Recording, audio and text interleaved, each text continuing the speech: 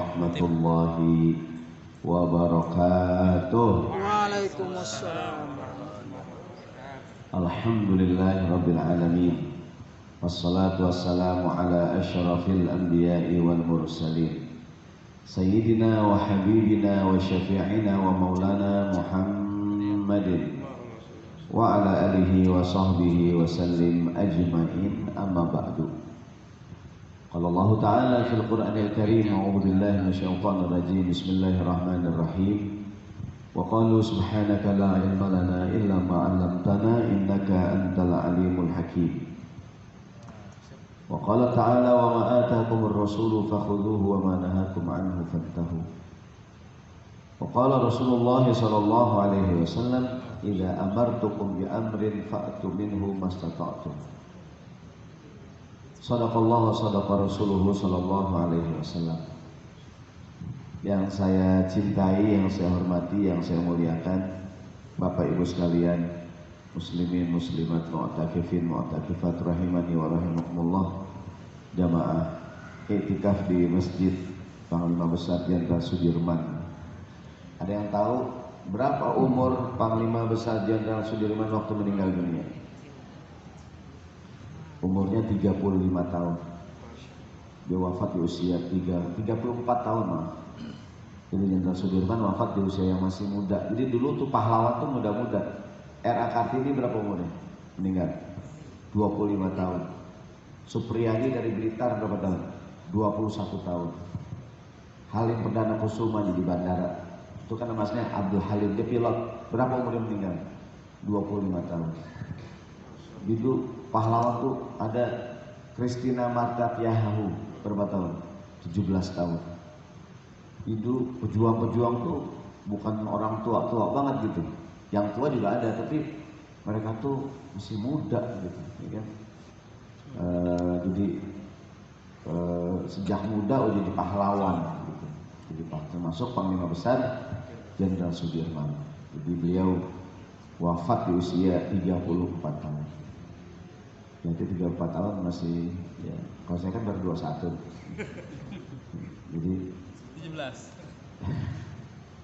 Mudah-mudahan kita mendapatkan keberkahan. Dan Panglima Besar Jenderal Sudirman kan seorang santri, ya, seorang santri yang kemudian memimpin perlawanan.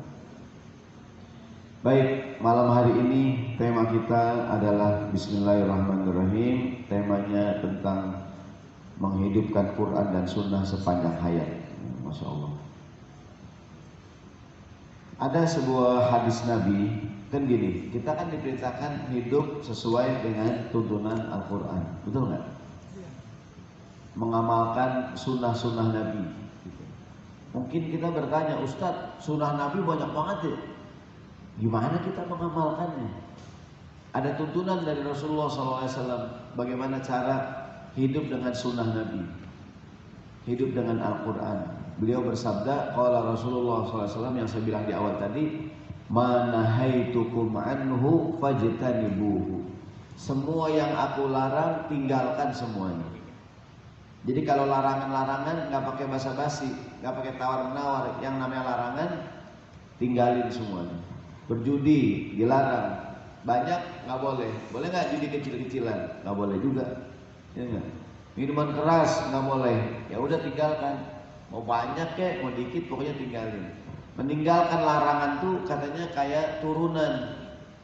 Tuh nggak turunan. Kalau jalan nggak pakai, ya udah tinggal ngerem-ngerem doang. Iya, nggak pakai tenaga, gitu. Jangan mabok, ya udah jangan mabok, gitu. Ini kan. Jangan judi, ya udah nggak pakai tenaga, jangan judi aja. Tapi sambungan hadisnya, wa idza amartukum bi amrin fa'tu minhu mastata'tum. Tapi kalau aku perintahkan sesuatu, lakukan semampu yang bisa kita lakukan. Jadi kalau meninggalkan larangan semuanya, nggak pakai tawar menawar. Kalau melaksanakan perintah, semampunya. Jadi fa'tu minhu mastata'tum. Ntar para ulama membuat kaidah dari hadis ini tentang mengamalkan sunnah Nabi. Kaidahnya berbunyi, ma la yudraku kulluhu la yutraku julluhu. Yang tidak bisa dilakukan semuanya, maka jangan ditinggalkan semuanya. Lakukan semampu yang bisa kita lakukan. Seperti Qiyamul Lail. Nabi Muhammad biasanya katakanlah 8 rakaat, ada yang tarawih 23 rakaat. Kalau nggak bisa 11, nggak bisa 23, boleh nggak 2 rakaat? Boleh. 4 rakaat boleh nggak? Boleh. Jangan sampai tidak sama sekali gitu. Memberi makan orang berbuka puasa, kan kata Nabi, man fattara sha'iman falahu mithlu ajri sha'im. Siapa yang ngasih makan orang berbuka puasa, pahalanya bagaikan orang yang berpuasa. Kan sahabat tanya, ya Rasulullah, Sallallahu Nabi angkat tangan. Laisa kulluna najidu ma yufattiru bihi shaim. Nabi, tidak semua kita punya kelebihan harta buat ngasih makan orang pas buka puasa. Kalau orang Jakarta Timur, Pasar Rebo duitnya banyak, amin. Amin. Iya, orang Pasar Rebo, ya, pasar duitnya enggak tuh. Pasti banyak orang pasar duitnya. Boleh Pasar Rebo tuh, pasar induk dia punya. Nabi, tidak semua kami punya harta buat ngasih makan orang berbuka puasa. Orang kaya enak, apa kata Nabi? Yu'tillahu hadzal thawab. Pahala ini Allah berikan kepada orang yang meskipun yang diberi hanyalah walau jur'ata ma'in, meskipun cuma seteguk air. Au madzaqata labanin, segelas susu. Au tamrin, sebutir kurma. Jadi kalau nggak bisa ngasih makan pakai nasi kotak yang ada lauk lengkap, nggak bisa, boleh nggak korma doangan? Boleh nggak air putih doangan? Boleh, ngasih makan orang berbuka puasa. Walaupun sambungan hadisnya waman ashba'a sha'iman, tapi siapa orang yang ngasih makan orang buka puasa sampai kenyang, ada nasinya, ada ayamnya, ada tumisannya, ada bihunnya, ada kerupuknya, apalagi ada kambingnya, ada bakwannya, ada susunya, apalagi ada lontongnya, ada jeruknya, ada pisangnya, yang makan sampai kenyang.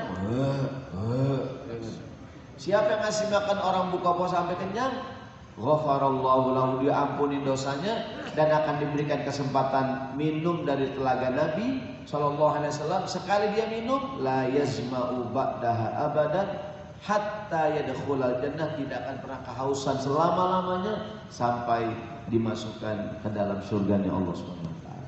Gitu. Artinya kalau nggak bisa ngasih makan orang berbuka puasa dengan makanan yang lengkap, boleh nggak cuma korma doangan? Oke, saya bilang bapak-bapak, besok nih hari terakhir, beli nasi bungkus jangan 1, beli 2. Satu buat buka, satu buat sahur. Buat orang gimana Ustaz?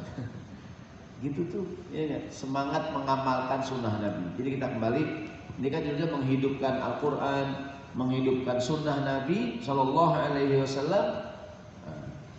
Oke. Menghidupkan sunnah Nabi Sallallahu Alaihi Wasallam semampu yang bisa kita lakukan. Ini kan, baik. Saya kebetulan dulu kuliah ngambil jurusan hadis. Kalau kita lihat teks-teks hadis Nabi, Nabi Muhammad banyak menggunakan kalimat walau, walaupun, ya, itu kan bahasa Arab. Ada hadis balighu anni walau ayatan, sampaikan dariku walaupun hanya 1. Enggak bisa berdakwah dengan 100 ayat, boleh nggak 1 ayat? Boleh, gitu tuh. Ini hadis menunjukkan tadi, kalau tidak bisa semuanya, jangan ditinggalkan semuanya. Berdakwah dengan 1 ayat. Nggak bisa menghafal Quran banyak-banyak, boleh nggak 1 hari 1 ayat? Ya enggak? One day, 1 ayat. Dia dapat surat Al-Baqarah ayat 282. Yang paling panjang di Quran.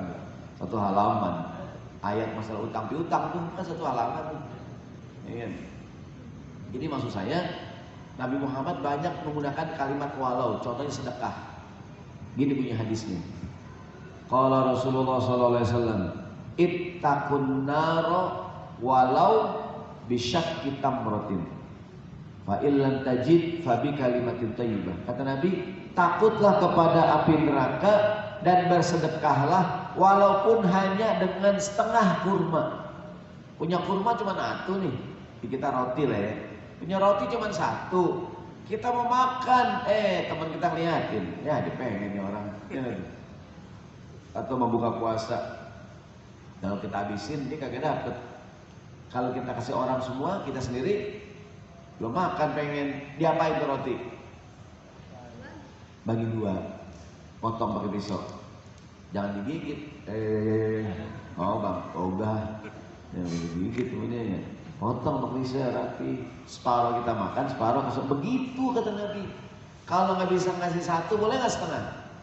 Begitu tuh, jadi walau bisyak kita merutin. Pernah nggak kadang-kadang kita nih kalau hari Sabtu, Ahad, weekend jajan ya, kita kadang baru banget duduk, Pak minta Pak, ada nggak tuh? Suami minta, Bu minta Bu. Ini suami udah ngerokok kantong mau ngasih, nih mau ngasih. Kata istri, nggak usah bang, kalau aku kita kasih yang lain pada datang.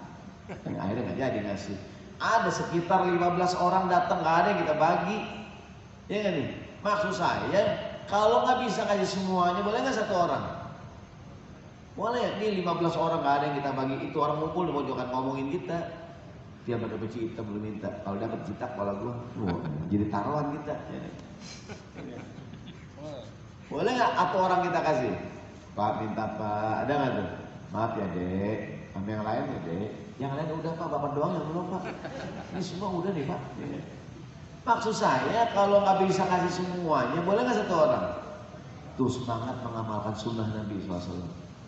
Jadi ittaqun naro walau bisyakki tamratin.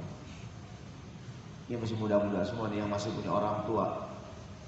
Kalau tiap gajian kasih orang tua, bagi duit berapa ya dah? Nggak bisa ngasih tiap bulan, boleh nggak 2 bulan sekali? Boleh nggak 3 bulan sekali? Jangan sampai seumur-umur belum pernah ngasih hadiah sama orang tua. Ya nggak nih? Tiap tahun orang tua kita dibeliin baju lebaran. Masa kita anaknya udah gede nggak beliin baju buat orang tua kita? Boleh nggak sekali-kali kita nih ibu kita beliin sendal, beliin baju? Boleh nggak Bu? Belakang. Boleh kasih. Ya enggak? Ini mantu, udah jadi mantu 20 tahun nggak pernah mertua dibeliin baju.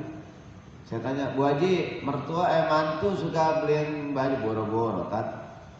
Dia ingat dia kagak. Nah, pasti bukan Pasar Rebo. Kalau Pasar Rebo sih kayaknya belum pernah. Orang tua nih, orang tua, mertua, kalau anak mantu ngasih hadiah meskipun dia punya duit, senang gak dia? Senang meskipun dia punya duit, ya enggak? Apalagi kalau punya duit. Ada yang bilang, Pak Ustadz, ibu saya Tat, saya bagi duit nangis Tat. Ada nggak ibu anaknya bagi duit nangis? Kenapa nangis? Kurang. Dia terharu sih, cuma lebih kepada kurang. Kata ibunya 2 tahun nggak ngasih gocap. Ya, mungkin dia rapel kali, begitu. Ya, enggak. Kasih orang tua girang. This meeting is being recorded by the host or a participant. Got it? Okay. You understand? I know. Baik, jadi orang tua tuh ya nggak kasih hadiah, ya kan? Besoknya Lebaran, ponakan, kan ponakan pada main Lebaran, kan ponakan kalau kita kasih hadiah gira nggak dia? Nggak bisa ngasih gocap, boleh nggak 20.000? Nggak bisa 20, boleh nggak ceban 10.000? Nggak bisa ceban, boleh nggak sarang goceng kita kasih? Kalau 2.000 kecilan ya, Om pipis 3.000 kadang Om. Ya. Nggak bisa ngasih gocap nih, boleh nggak 10.000? Goceng dah. Kalau bisa diamplopin, amplopin gede, duitnya baru, udah girang, amplop gede, enggak ya goceng, nggak apa-apa dah. Girang anak-anak. Saya pesan ya, kalau bisa yang dikasih jangan cuma yang kecil-kecil doang, yang gede-gede kasih juga, yang SMA, yang kuliah. Kita kan kadang, kamu kan udah gede, nggak usah ya gede-gede apes banget. Nah, sebab yang gede sering ngiri, betul nggak? Betul nggak nih? Biasanya yang kita kasih kan yang TK, yang SD, yang SMA nggak apa-apa goceng-goceng, deh girang juga dia goceng. Ya nggak? Ini kan mau Lebaran nih, senang gitu. Kita punya kebiasaan nih udah mau menjelang Lebaran ya. Orang tua kita zaman dulu, nggak tahu kalau sekarang. Dulu tuh orang tua kita kalau Lebaran tuh, sekarang lagi bikin kue nih ya. Cuma kita nggak boleh makan. Ntar makanan Lebaran ya, kita ngeliatin lah. Jadi orang tua kita tuh kalau mau Lebaran bikin kue tapi nggak boleh makan, dipajang dulu. Lebaran baru dimakan. Goreng nastar, kita liatin tangannya. Nak nyobain nak, besok Lebaran. Sian banget dah bocah. Baik, disambung. Jadi bersedekahlah walau hanya dengan setengah. Nggak bisa 1, boleh nggak setengah? Begitu tuh. Jadi saya ulangi, banyak Nabi Muhammad menggunakan kalimat walau, ya nggak? Contoh apa lagi? Walimah. kalau orang menikah disunahkan bikin walimah, betul nggak? Walimah. Apa kata Nabi Sallallahu Alaihi Wasallam? Beliau bersabda, qala Rasulullah Sallallahu Alaihi Wasallam, aulim walau bisyatin, aulim walau bisyatin. Artinya bikinlah walimah walaupun cuma motong kambing atu. Kan gini orang Arab tuh, dia kan kalau udah pesta-pesta makannya banyak, ya nggak tuh? Potong kambing sekian ekor. Kata Nabi, kalau nggak bisa bikin walimah yang gede, boleh nggak bikin walimah yang kecil? Nggak apa-apa. Gitu tuh.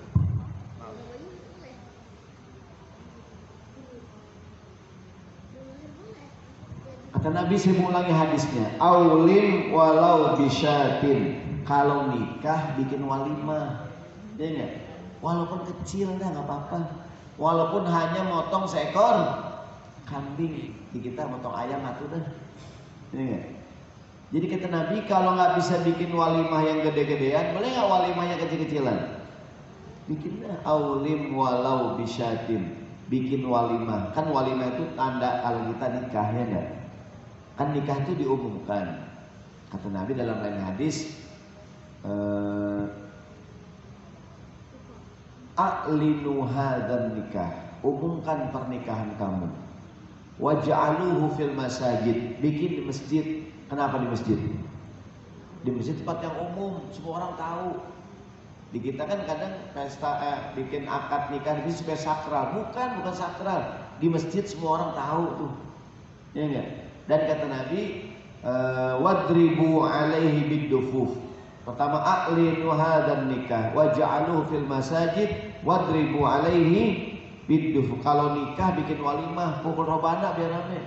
Duhai senangnya pengantin baru teroren gitu. Jadi kalau nikah tuh yang riang, jangan lagu sedih kok. Ini nikah lagu sedih, ada nggak tuh? Nikah lagunya itu lagu bila Israel datang memanggil. Pengantin dia udah pengantin. Yang kondangan juga pulang lagi takut. Kalau kondangan itu lagu riang, ya nggak tuh? Duhai senangnya pengantin baru teroren duduk bersanding bersenda gurau teroren. Kita kalau dengar lagu itu kan kawin lagi ya. Bagaikan raja dan permaisuri. Ya nggak tuh? Gitu tuh. Batasan simpul bagaikan bidadari. Dah, kagak pegang lagi. Ya Bu. Sambung. Jadi kata Nabi, kalau nikah tuh kalau nikah bikin walimah, nggak bisa gede-gedean, boleh nggak kecil-kecilan? Boleh, nggak apa-apa, gitu. Aulim walau bisyatin, bikin walimah walaupun cuma motong seekor sapi, seekor kambing, gitu. Bahkan kalau nikah diumumkan, ya kan? Setelah lagu-lagu yang girang, jangan lagu sedih, gila. Lagu itu hidup di dunia sebentar saja. Pengantinnya, ya nggak, lagu sedih banget kawinan, gitu tuh. Baik, kita kembali. Maaf bentar, saya buka dulu.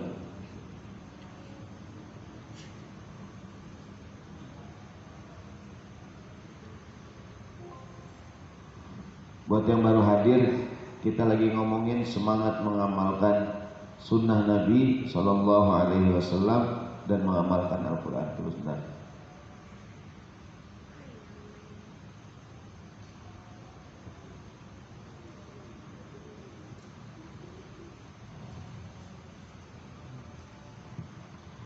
Jadi saya ulangi, kalau kita lihat hadis-hadis Nabi, beliau banyak menggunakan kalimat walau, balighu anni walau ayatan, aulim walau bisyatin, silaturahim.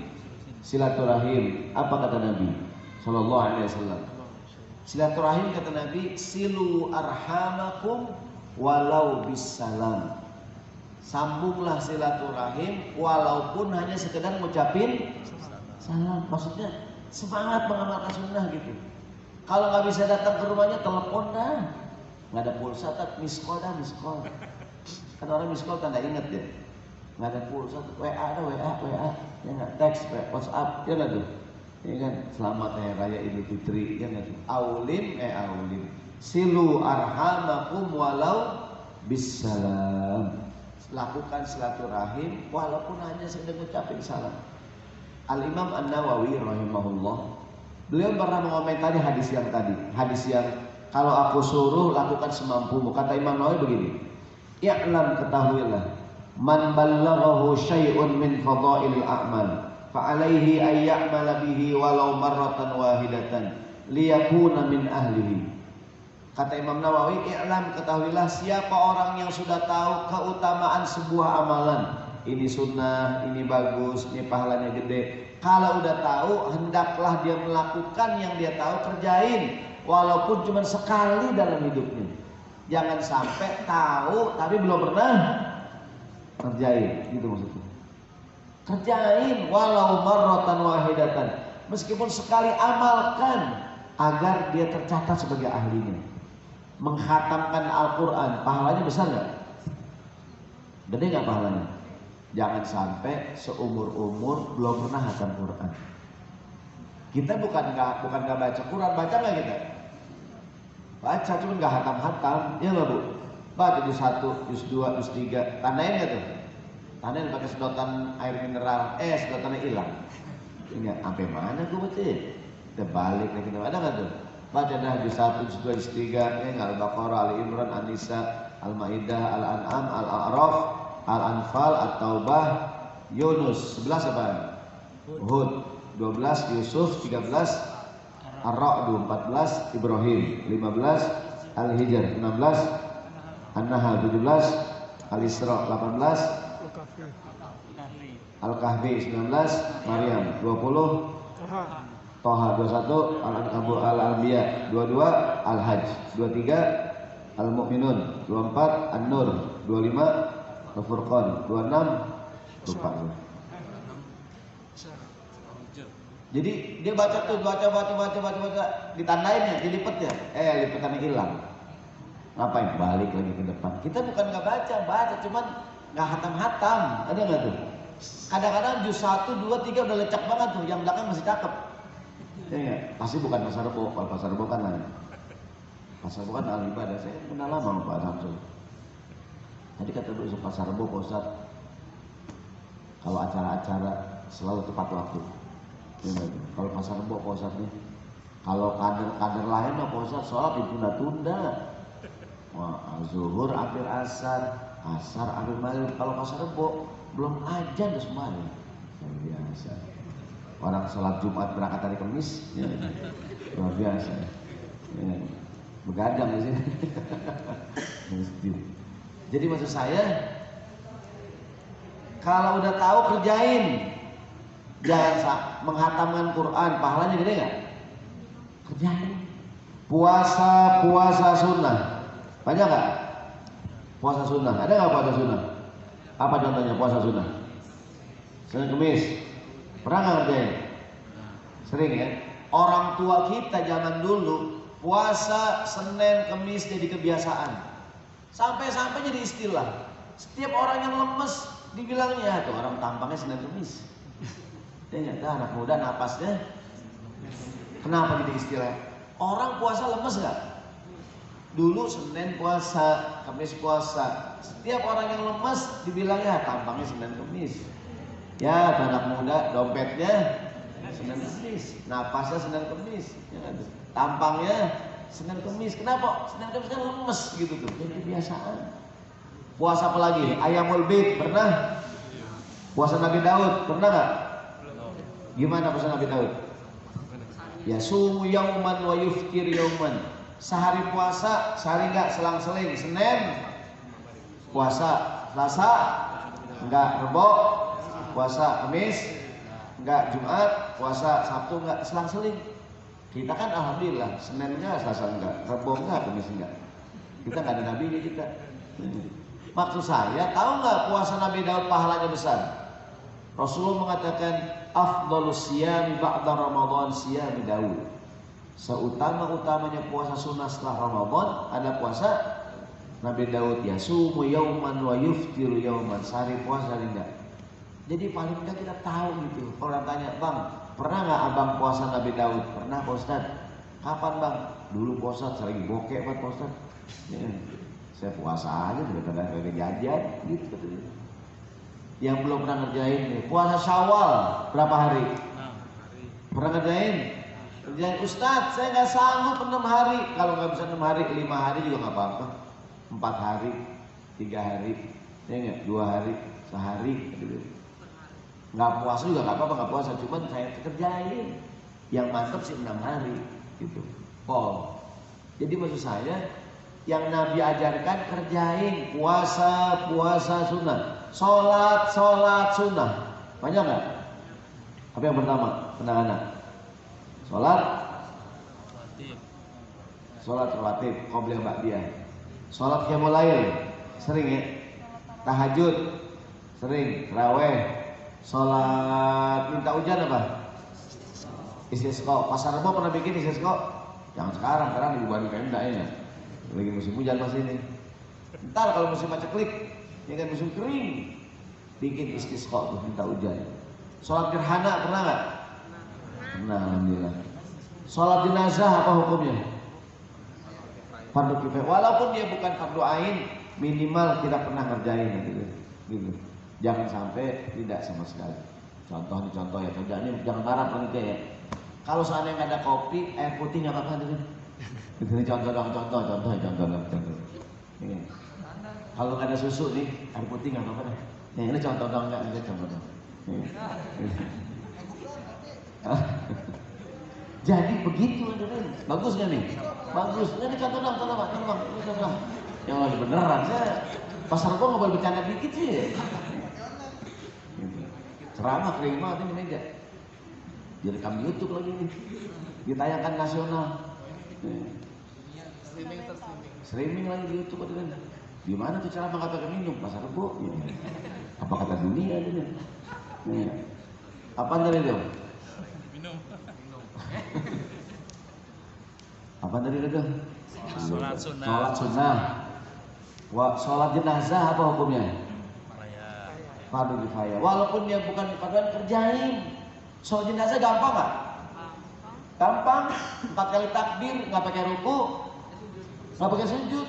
Tapi biar kata gampang, kalau belum pernah, belum tentu bisa. Ya.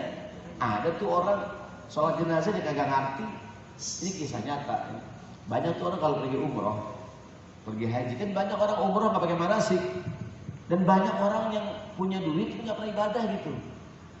Umroh nggak pakai manasik, dia kagak tahu sholat jenazah, ikut-ikutan aja deh. Pas di Mekah, di Madinah, habis banyak fatwa sholat kita ini apa nih? Orang takbir, dia takbir. Orang takbir, dia takbir ikut-ikutan. Pulang ke Jakarta, habis menjohor, dia takbir 4 kali. Habis asar, takbir. Orang pernah nanyain, sebenarnya apaan bang? Enggak, kalau di Mekah begini, kalau di Mekah ini. Bang, itu sholat jenazah bang. Lu jangan ngomong belum umroh lu. Lu kalau umroh begini di Mekah. Apa yang kita bilang? Bodo amat lah ya. Makanya kalau mau umroh manasik ya gitu. Sholat jenazah gampang gak deh? Gampang. Ini kisah nyata. Ada orang kagak ngerti, bapaknya meninggal, disuruh jadi imam anaknya. Kagak ngerti anaknya. Ruku, sujud. Orang bilangin, bang, kalau sholat jenazah nggak pakai ruku, nggak pakai sujud. Apa yang dia bilang? Enggak Pak Haji, bapak saya dosanya banyak Pak Haji. Jadi dia ngarang-ngarang akhirnya. Jadi MC. Ya enggak? Maju tampil ke depan gampang nggak? Gampang. Kalau belum pernah belum tentu bisa. Nih anak-anak remaja nih bagus tampil nih ke depan. Orang Pak kalau belum pegang mic nih Pak, goyang nih. Padahal kalau belum pegang mic goyang nih. Iya enggak? Ini nih. Mic-nya diem. Orang goyang. Iya. Jadi itu kerjain, coba. Apalagi dah. Pokoknya yang bagus-bagus kerjain. Jangan sampai tahu tapi nggak pernah kerjain. Ada ulama bilang begini, mazalal alimu jahilan bi'ilmihi hatta ya'mala bihi. Orang yang dipanggil orang alim yang banyak ilmunya tetap dianggap jahil sampai dia mau mengamalkan ilmu yang dia punya. Al ilmu lil amal. Ilmu jadi ilmu kalau kita amalkan. Namanya ilmu bermanfaat. Selama belum kita amalin belum jadi ilmu bermanfaat. Dia tahu puasa sunnah, sholat sunnah, tahu dia, tapi nggak dikerjain. Ada nggak tuh? Nah, kerjain. Yang bagus-bagus kerjain. Tidur cara Nabi gimana? Nah, Nabi Muhammad di lambung sebelah kanan. Ya ini lambung nih, Nabi miring ini ya. Wa wada'a yadahu tahta khaddihi. Beliau taruh tangan di mana? Di pipinya. Ada yang mengatakan begini, ada yang mengatakan begini. Nabi. Ini cari pel nih. Tidur cantik ya. Tidur cantik. Iya. Ustaz, saya pengen tidur kayak Nabi, tapi saya kalau tidur nggak bisa diem, Pak Ustaz. Minimal awalnya kayak Nabi dah. Miring, walaupun pas bangun udah jengkak gitu. Kaki berkemana-mana gitu. Makan cara Nabi, ada gak? Gimana makan cara Nabi? Nabi makan pakai tangan kanan. Kul biyaminika. Pertama, samillah, ucapkan Bismillahirrahmanirrahim. Ambil air pasar Jumat lah. Udah bilangnya Pak Gufron, gak usah cukup. Ada di pasar Bob, pasar Jumat. Yang pertama, bilang gak usah ya repot, canda doang ya Allah. Datang orangnya, mereka ceramah jadinya. Nimba kali di pasar Bob air ya. Tercoreng namanya pasar Bob ini. Iya. Apa tadi itu? Makan cara Nabi. Ada nggak makan cara Nabi? Bilangin Abi nggak usah bawa air di mobil aja. Tutorial cara makan Nabi. Makan pakai tangan kanan. Ucapkan Bismillahirrahmanirrahim. Wa qul mimma